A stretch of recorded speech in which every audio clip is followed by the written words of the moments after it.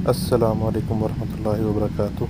तो अक्सर लोगों को शौक़ होता है, स्पेशली जिन्होंने एरोप्लेन में फ्लाई नहीं किया होता, कि जो फ़र्स्ट टाइम फ़्लाइट का एक्सपीरियंस है या जब टेक ऑफ करता है जहाज़, तो उस टाइम किस तरह के सीन्स होते हैं। तो ये वाली वीडियो हमारे यहाँ बनाने का मकसद ये था कि जिन लोगों ने अभी तक एक्सपीरियंस नहीं किया या जो लोग एक्सपीरियंस कर चुके हैं तो वो भी देख सकें कि जब फ़र्स्ट टाइम फ़्लाई करता है प्लेन, तो उस टाइम जो एयरपोर्ट के सीन हैं या रनवे के सीन हैं वो कैसे लग रहे होते हैं।